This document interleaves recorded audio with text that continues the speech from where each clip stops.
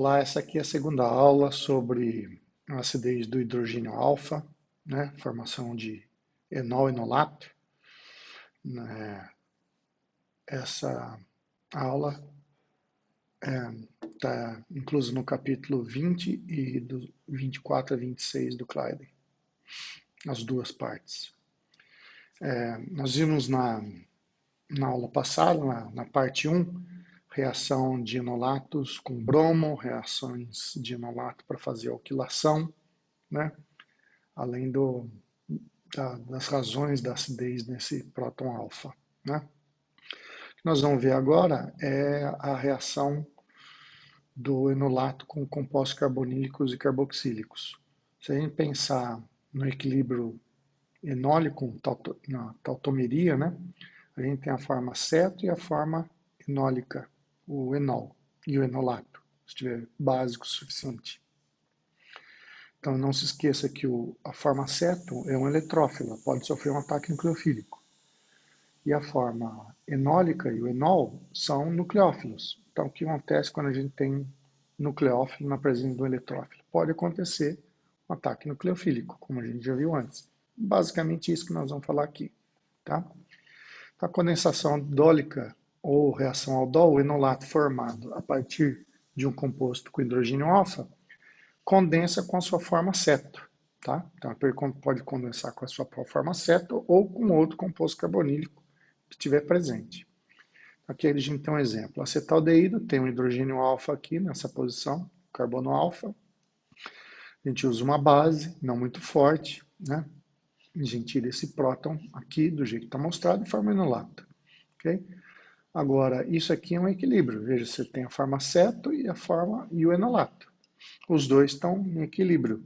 Então, você sempre tem um na presença do outro. Como você tem um enolato na presença de um composto carbonílico, um eletrófilo, né, e um nucleófilo, o que acontece? A gente pode ter um ataque nucleofílico, como desenhado aqui, né, e a gente forma esse composto, que é o intermediário tetraedral, né?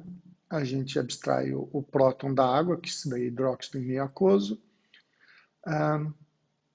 e a gente forma composto aldol, um álcool com aldeído, né? 3-hidroxibutanol. Isso daqui é um alfa, beta hidroxialdeído, ok? Pode formar beta hidroxicetonas também. Então, o aldeído aqui, que está no equilíbrio cetenólico, é o eletrófilo e o enolato dele é o nucleófilo, daí a reação. E a gente forma uma nova ligação carbono-carbono. Aliás, é um jeito muito utilizado para fazer novas ligações carbono-carbono, condensações aldólicas. O produto de condensação, que como a gente falou, que é um beta-hidroxialdeído, uma beta-hidroxicetona, ela pode sofrer eliminação de água aqui, né? A gente tira o OH aqui e o H desse carbono alfa, que é ácido, a gente já viu, e consequentemente a gente forma um composto chamado alfa-beta insaturado. Esses compostos alfa-beta insaturados são beta-hidroxi, são duplas conjugadas com aldeídos, duplas conjugadas com cetonas e assim vai, tá? A reação de eliminação de base, a gente já viu, é uma E1CB, ou seja, E1 conjugated base. Como que acontece?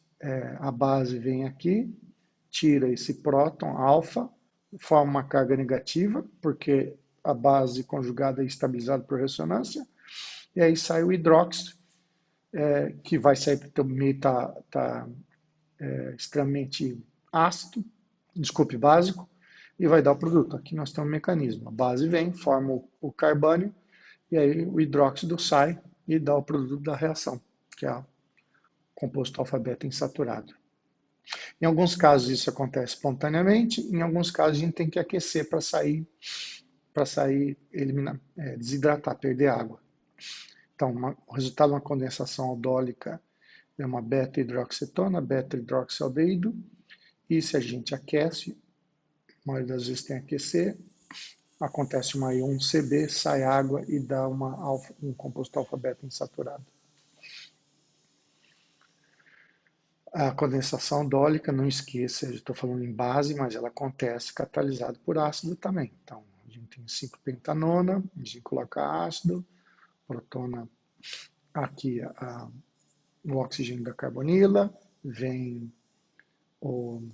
a água, uma base qualquer, tira esse próton e a gente tem o enol. Então, catalisação, a formação de enol também é catalisado por ácido.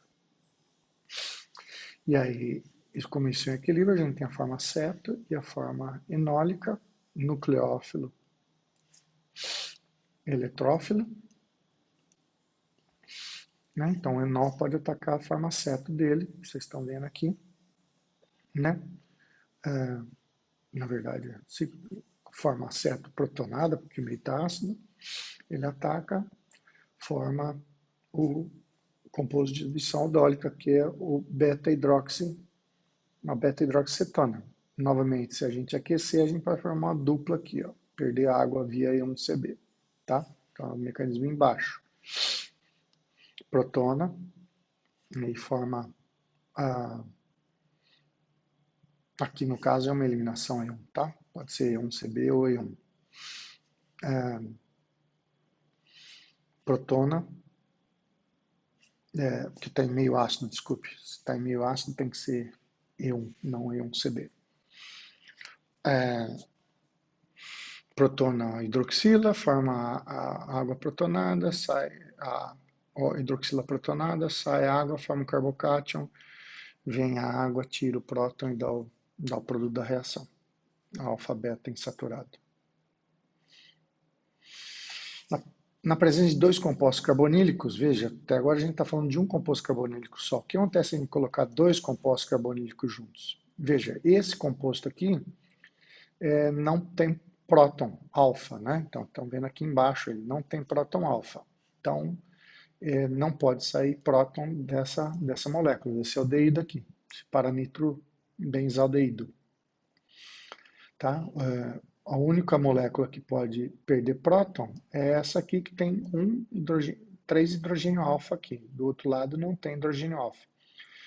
Então, vai sair o próton daqui, formar o enolato, né, em meio básico, e o enolato vai atacar o outro composto. Esse é o mecanismo. Então, a gente tem aqui a metilfenilcetona, ela perde um desses 3 prótons alfa aqui, a gente forma o enolato, esse enolato que é o nucleófilo vai atacar o eletrófilo, que é esse aqui, que está presente, está tudo junto.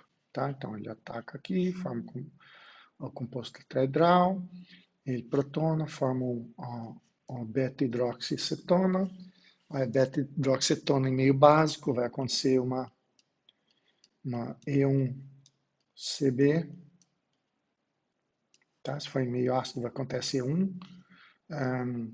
E1CB, tira o próton, forma o enolato, e aí perde hidróxido e dá o produto. Obviamente, esse composto aqui, que está em equilíbrio com o enolato dele, né? Está em equilíbrio com a forma certa, ele pode condensar com ele próprio também, ok? Essa é outra reação cruzada que pode acontecer. A presença de dois compostos carbonílicos que podem ter hidrogênio alfa pode ter uma reação cruzada, aí, como eu já falei. E depende do tipo de composto carbonílico que a gente coloca. Se tem um tipo só de hidrogênio alfa, se tem dois tipos, se o outro composto também tem, assim vai. Por exemplo, se a gente colocar esses dois compostos, esse aqui não tem hidrogênio alfa, não vai formar enol, esse aqui tem, então é ele que forma o enol. E aí, o que vai acontecer? A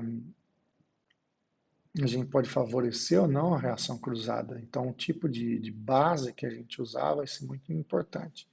Por exemplo, se a gente usar uma base forte como LDA ou butilítio, né, o que acontece? A gente tira o próton e só forma enolato. Okay? Acabou a forma. Se usar uma base forte com esse composto aqui, coloca a base forte e o composto que tem próton alfa, só forma o enolato dele, tá? Tá aqui, ó. Ok? Aí você pega e adiciona o outro composto no meio, tá? A ordem dos fatores altera o produto aqui. Aí a gente coloca no meio em que tá, a gente já produziu o enolato, no balãozinho que tem o enolato, a gente adiciona a outra acetona que não pode enolizar, tá? Aí acontece o ataque nucleofílico, forma o composto tetraedral aqui, o intermediário tetraedral, protona e dá a beta-hidroxialdeído, no caso. Obviamente, pode perder água e dar o composto alfa-beta saturado. Nesse caso, deve acontecer espontaneamente, porque você tem duas fenilas que estabilizam a carga, a, a dupla ligação por ressonância. O que acontece se a gente fizer a mesma reação aqui, ó, só que usando uma base mais fraca, como por exemplo hidróxido? Se a gente fizer isso, é, o, o aldeído aqui, o acetaldeído, vai ter a forma ceto dele na presença do enolato, veja. Aqui, ó, forma ceto na presença do enolato. Então ele vai poder condensar com ele mesmo, ok? Dando esse composto aqui. Veja que é um composto diferente do que o deu de cima. Obviamente, ele pode também condensar, se você adicionar a, a, essa cetona aqui, que não, como foi adicionada em cima, ele vai poder condensar com ela também. Okay? Então, vai dar muito mais produtos, caso se use uma base fraca, porque você vai ter a forma ceto presente.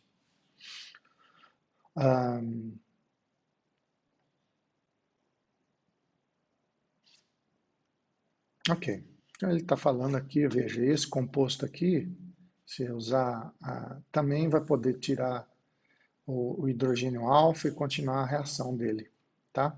Então, no final, se eu uso uma base fraca, o número de compostos possíveis começa a aumentar exponencialmente. Então, para não ter essa monte de reação cruzada, é melhor você pensar na sua síntese usando uma base forte, primeiro formando só o enolato que você quer e fazendo a reação. Não se esqueça também que tem o enolato cinético e o enolato termodinâmico. Se fizer a baixa temperatura, vai formar o cinético. Fizer a baixa temperatura e aumentar a temperatura, vai formar o termodinâmico. Com isso, você pode escolher os enolatos que quiserem e fazer a reação do jeito que você quer, não a reação cruzada, você não tem controle nenhum. Veja, se eu colocar dois tipos de compostos carbonílicos aqui, veja, esse tem dois hidrogênios alfa que eu posso tirar, o cinético 1 e o termodinâmico 2. Esse aqui tem mais um. Então, se eu colocar os dois juntos na presença de hidróxido, o que vai acontecer? Eu vou formar um enolato desse com a forma ceto desse, né? Eu vou formar o enolato desse 2 aqui com a forma ceto dele, e eu vou formar um enolato desse com a forma ceto desse. Então, vai dar um monte de produtos, né? Isso aqui é um dos produtos, produto B, 60%, e tem, os outros 40% vai ser um monte de reação que vai poder acontecer. Então, aqui, por exemplo, você pode formar um enolato termodinâmico desse e reagir com esse de baixo, né, dando produto A, ou pode formar o enolato do aldeído e dando produto no produto de condensação com ele mesmo ou com outro. Okay? Aqui é importante se vocês lembrarem do seguinte, né? A hora de colocar o hidróxido aqui na presença dos compostos, o de cima é uma acetona e o de baixo é um aldeído.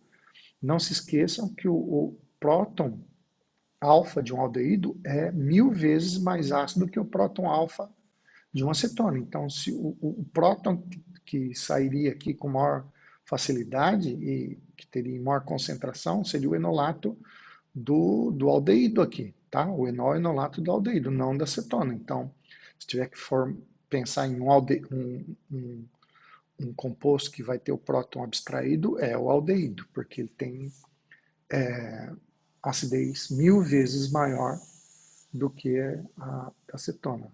Me engano aqui o pK desse próton alfa do aldeído é 17 e da acetona 20. É mil vezes mais ácido o do aldeído. Leve isso em conta.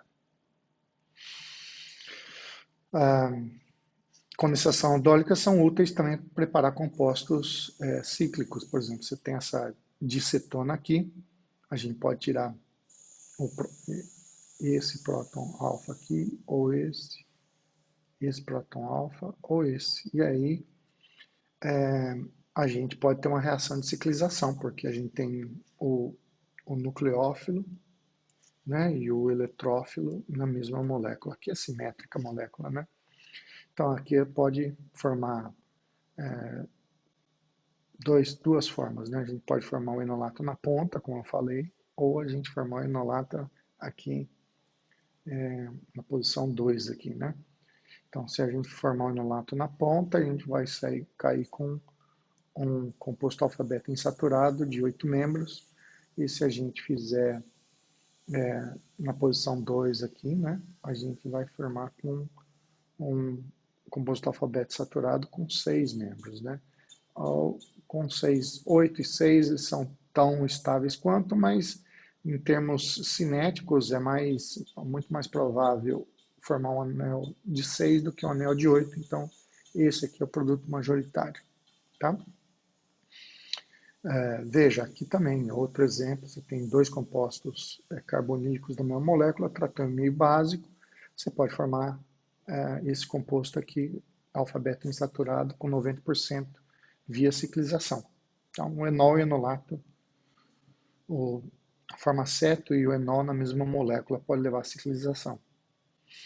Aqui é a reação clássica, a anilação de Robinson, né, onde a gente faz uma condensação entre um carbânio, aqui, o enolato, com um composto alfa-beta insaturado. Então, como que se dá essa reação?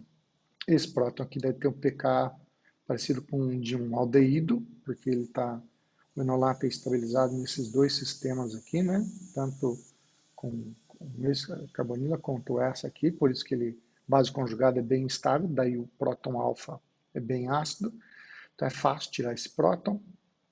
A gente tira e aí acontece o ataque nucleofílico nesse composto alfa-beta insaturado aqui, preferencialmente o carbânio, o enolato de carbânios vão atacar aí nessa posição, a adição 1,4, tá? Essa posição que acontece em alfa-beta insaturado de cetona, cetonas alfa-beta insaturadas, o nucleófilo mole vai atacar aqui, né? O carbânio. Aí a gente tem esse produto aqui, depois a gente forma um outro enolato e cicliza, tá? Como a gente viu. Então, como é um mecanismo, a base vem, tira esse próton alfa aqui que eu estou mostrando, forma o enolato ataca, faz uma adição 1,4, forma esse intermediário, protona, né, e dá esse produto, aí vem a base de novo, tira agora esse próton aqui, e forma o enolato que ataca esse composto carbonílico e dá o composto de ciclização, tá? O composto de ciclização é uma beta-hidroxicetona, beta-hidroxicetona na presença de base, eta básico, né? Acontece aí um CB e perde água e dá o produto. Então, essa aqui é a anilação de Robinson. Enolatos atacando compostos alfa-beta insaturados seguidos de ciclização. A gente pode fazer a mesma reação com um éster, tá? Lembre-se que ésteres podem ter hidrogênio alfa também, tá? Então, quando a gente tem essa condensação de ésteres, a gente chama isso de condensação de Claisen, tá? Então, aqui a gente está vendo a condensação aldólica de um aldeído, aldeído em meio alcalino, base não muito forte, a gente tem a farmaceto e o enol junto, eles condensam, formam um beta-hidroxialdeído, que pode sofrer desidratação e dar um composto alfa-beta insaturado. A reação condensação de Claisen acontece entre dois ésteres, então a gente tira o próton de um éster, provavelmente usando o alcóxido do álcool que está formado o éster aqui, então etóxido, e coloca o acetato de etila aqui em etóxido, a gente tira um dos prótons, o próton alfa aqui, forma o enolato do éster, o enolato do éster ataca o éster, a gente forma esse esse intermediário aqui, veja, parecido com esse aqui. Tá? A diferença é que no caso do aldeído, a gente para no intermediário tetraedral, como a gente viu, porque o grupo abandonador de aldeído pode ser hidreto ou carbônio, que são bases muito fortes, mas no caso de um éster, a gente pode ter saída do etóxido, que o meio está cheio de etóxido que você usou como base. Então você tira, sai o etóxido e você produz um ceto beta ceto éster como composto, tá? Beta ceto ésteres como composto. Então,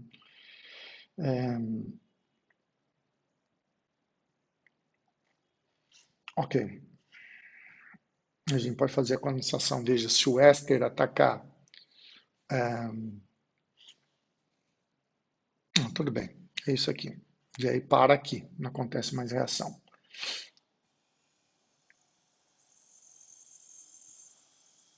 Ok, são outros exemplos da condensação de Claisen, ok? Então aqui a gente tem um acetate de etila, trata e-mail de etóxido em etanol, a gente tira o próton, é um equilíbrio, você sempre tem o éster e o enol o enolato do éster correspondente. O enolato do éster correspondente faz um ataque nucleofílico na carboxila do éster, a gente forma esse intermediário, perde etóxido e dá a beta-cetoéster. Okay? Esse beta-cetoéster pode sofrer descarboxilação se a gente hidrolisar o éster. Lembra-se que a gente já viu isso antes, né? Aqui, só para terminar, falar um pouquinho de adição direta e indireta, adição conjugada, porque eu falei na transparência anterior, aqui na anulação de Robinson, mas eu tenho que explicar para vocês por que aconteceu essa reação aqui, tá? Que é importante. Então, esses compostos alfa-beta insaturados, eles podem ter adição direta ou adição indireta, tá? Adição direta, o nucleófilo ataca aqui, chama 1, 2, 3, 4, é a numeração, né? Então, quando adiciona na carbonila, a gente chama de adição direta ou 1, 2. Quando adiciona na dupla, a gente chama de adição indireta ou 1, 4. Tá? Então, vamos ver alguns casos, como a gente gerencia aqui.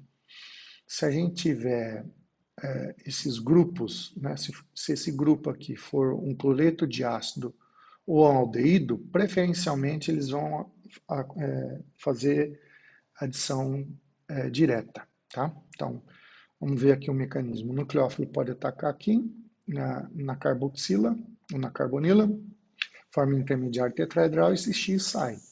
Se esse X for um cloreto de ácido, né, ele vai sair muito facilmente, vai dar o produto de adição 1, 2. Tá? A outra coisa que pode acontecer, ele atacar, esse grupo não for um bom grupo de saída, e separa no intermediário tetraedral, mas mesmo assim adição 1, 2. Isso acontece quando esse X aqui for aldeído. Tá? Adição indireta, ele ataca a dupla, forma esse enolato, e aí esse enolato está em equilíbrio cetenólico, ele protona e dá essa forma, a forma ceto correspondente, tá? A adição direta resulta no produto cinético e indireta no produto termodinâmico, ok? Então, a adição direta é cinético e a indireta é produto termodinâmico.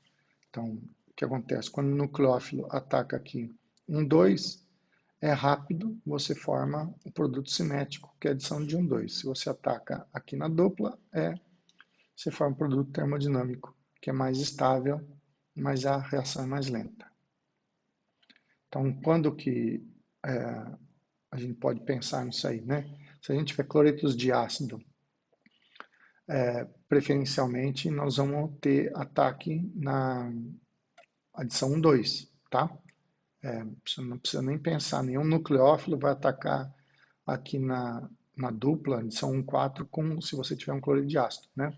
Então, grupos aldeídos de cloreto de ácido, por serem muito mais eletrofílicos, que a dupla tendem a reagir via adição direta, ok? Então, cloreto de ácido aldeído é adição 1, 2, não precisa nem pensar muito no nucleófilo.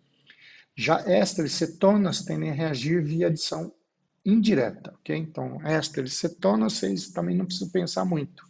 Vai ser adição 1, 4, tá? Aí tem alguns casos em que a gente pode ter adição 1,2 ou 1,4 preferencial. Por exemplo, nucleófilos com carga pronunciada, como reagente de Grignard e organolítio, tendem a atacar a carbonila. Okay? Então, preferencialmente atacam a carbonila, adição 2.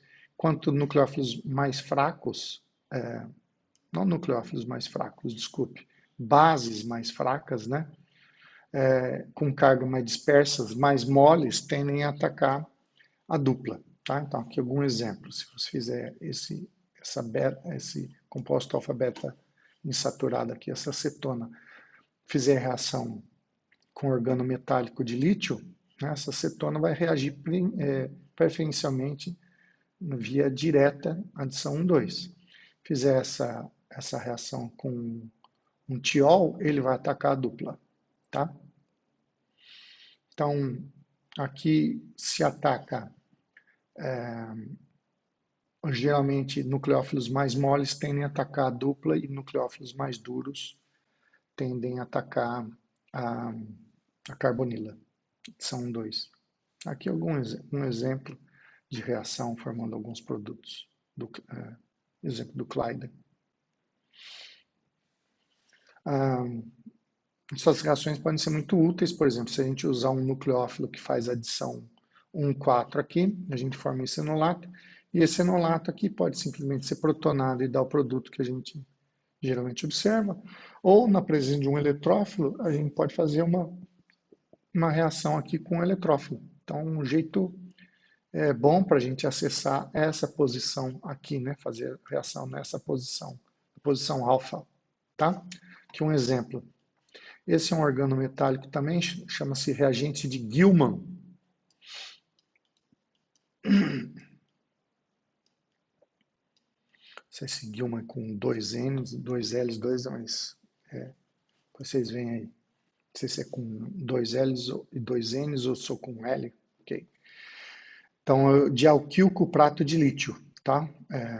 Aqui o dimetilcuprato de lítio, no caso. O reagente de Gilman, diferente da reagente de Grignard ou de organometálico de lítio, ataca preferencialmente a dupla, né? Ele um nucleófilo mais mole. Então, ele ataca, você metila, forma um enolato aqui, como mostrado em cima, né? Se a gente usar um cloreto de um trimetilcilano, a gente pode capturar o enol e fazer outra reação, como a gente já viu na parte anterior, na parte 1 dessa aula.